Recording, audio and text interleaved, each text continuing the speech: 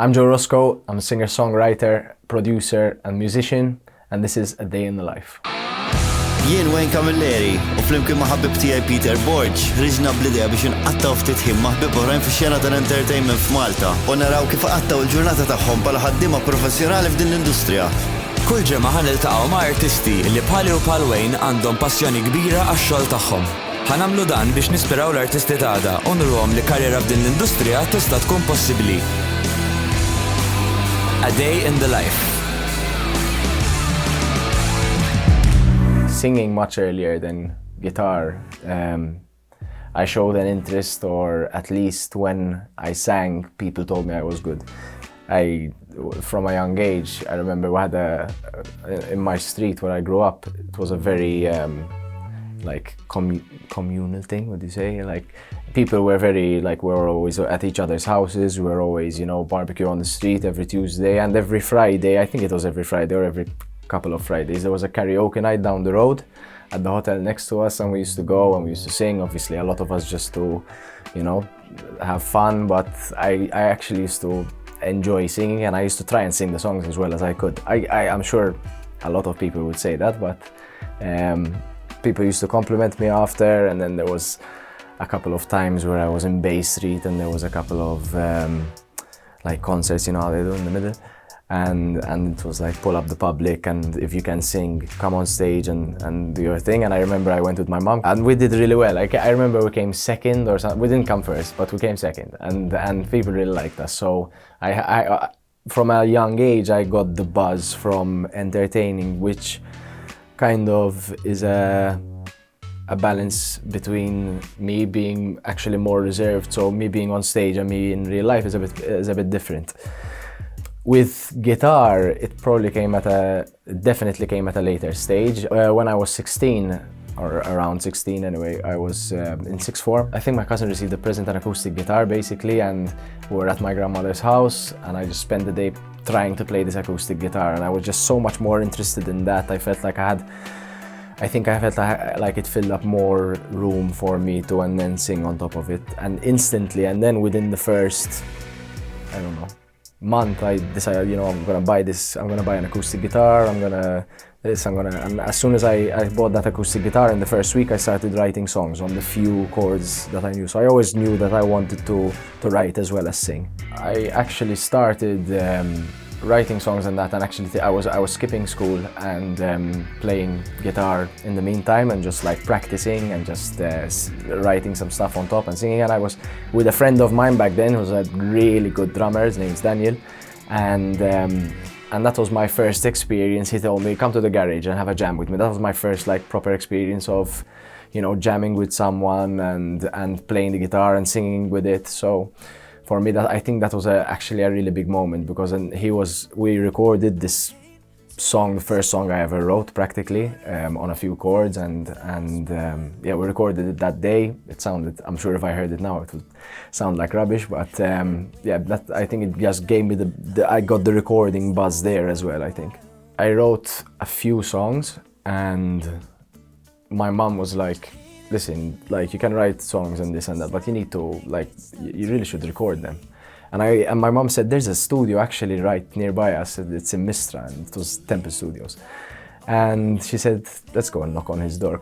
And David answered, and he told me, all right, well, who are you, kind of thing. And I told him, I have a couple of tracks, and I told him, I'm looking to record them and I'm looking to release them. You know, I want to be a songwriter. I want to, like, I had just decided that I'm going to, like, end my studies at that time. I just wanted to focus 100% on music.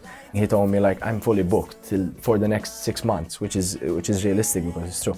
Let me listen to the song. So I showed David the song, and he told me, and it was a Saturday, I remember, and he told me, you want to come tomorrow on Sunday? Because obviously he keeps Sunday off. He told me we can spend all day Sunday and we record it. And we recorded the whole track in a day. And then I released it within the next probably 3 weeks. And I had never played a gig live. So I was releasing music and I had never even played live in front, like with the guitar and everything. So I actually went, got a PA system, started sending a few messages, getting a few contacts here and there, and that's where I started my gigging circuit when I did my first release. I think that approval, you know, David first telling me that he booked for the next 6 months, and then when I showed him the track, he told me, I mean, in my mind, obviously at that time, it was like, he's seeing something here if he's telling me to come the next day because he wants to record it.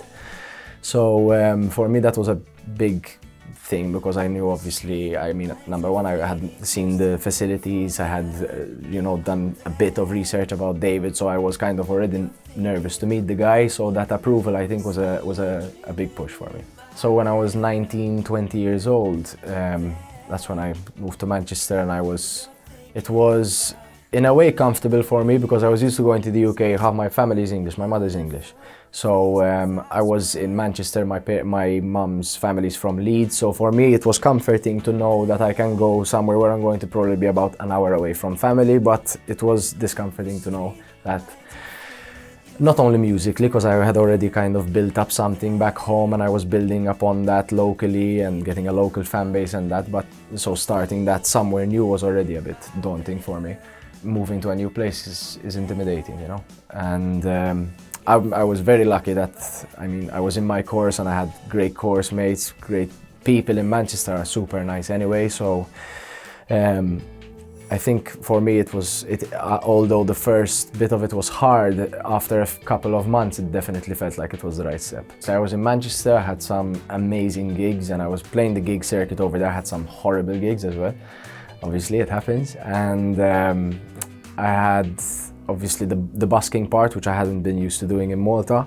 So that was, for me, I think it was almost like starting to perform in public again, honestly, because you don't have people sitting in a cafe and they're there, and even if they're not listening to you or, you know, subliminally listening to you, they're still there, so you feel like you have a bit of an audience. Over here, there's really no reason for people to stop, especially in the cold, and see you. So every time a person does stop or a crowd stops or whatever, you have a good day, it just feels amazing.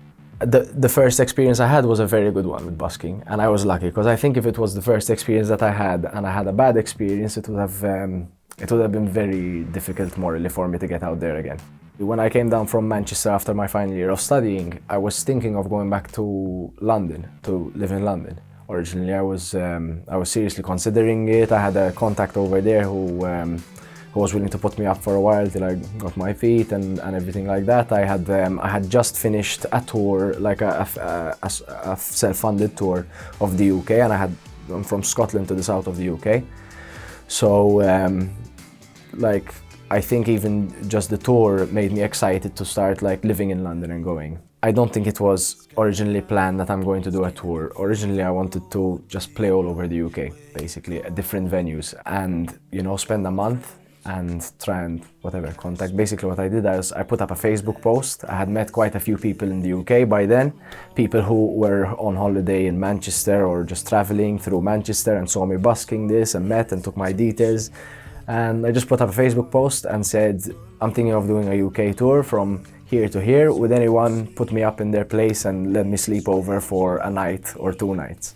And I had got like 20, 25 answers, and they were like literally spread out all the UK. So I started in like Dundee in Scotland and worked my way down, just literally Liverpool, Manchester, Birmingham, and it was quite an experience. I think that's where the buzz and then to live in London came from as well, because I was super on a high from, you know, I had a great tour, you know, I had even like printed all my own little merch and all this stuff, and I had sold it all on tour. So for me, London was the next step for me in my mind. And then things changed. I actually got contacted by the guys at Red Electric when I was back in Malta, and they asked me if I was interested in opening their concert that year. And I mean, for me, that was a massive gig, a massive opening act for me, opening slot. So obviously, I accepted straight away, and I said, you know what, I can move to London later. For now, I'm just going to focus on this. You know, I'm going to give a great show. It's going to be an amazing concert. And I had been busking and, you know, doing this tour in like local bars and that. You know, I wanted to play a concert. So yeah, I ended up opening up for the guys, and and it was an amazing experience. I remember I had played like a couple of new songs which I had never played before, and I was really interested to see what the crowd was gonna do, and I had the loop pedal back then, and people really responded well to the songs. So, and even the guys really responded well to the songs. So for me it was a super successful night, and I thought it ended there, obviously, but and then things progressed. I got contacted again by the guys, and they told me, listen, we have a few gigs in December time, you know, and I said I would more than interested to play them, you know. December time I'm back in Malta anyway for Christmas, so it was great for me, and then obviously it led to being a permanent thing, which I mean first thing we did was straight off to LA. And we spent 2 months together, so like I was like here, there, supposed to be going to London, coming back to play a gig, and then we were straight in America, and those were like definitely 2 of the best months of my life. And we wrote so many songs, and we met so many people, and for me that was like, and one of those other defining moments, I was saying. I mean, I know that there's a few, but there are some points, like, so time passes, and there are points which you just stick out to you and you remember feeling a certain way at that point in time, you know? A day in the life would be waking up, making a cappuccino, and I would probably, I mean, see what's on the agenda for the day. As a musician and a full-time musician, producer, songwriter, it's every day is different. There are some weeks where you have, you know, a whole week planned to do something, but I really believe it's like what you create for yourself to do as well on the days that you don't have those things to do. So, you know, if I have a day off, or, you know, I can either be useful, I can write a song. I think you can have a lot of days where something fixed is not there, so you decide how much you want to make of your day.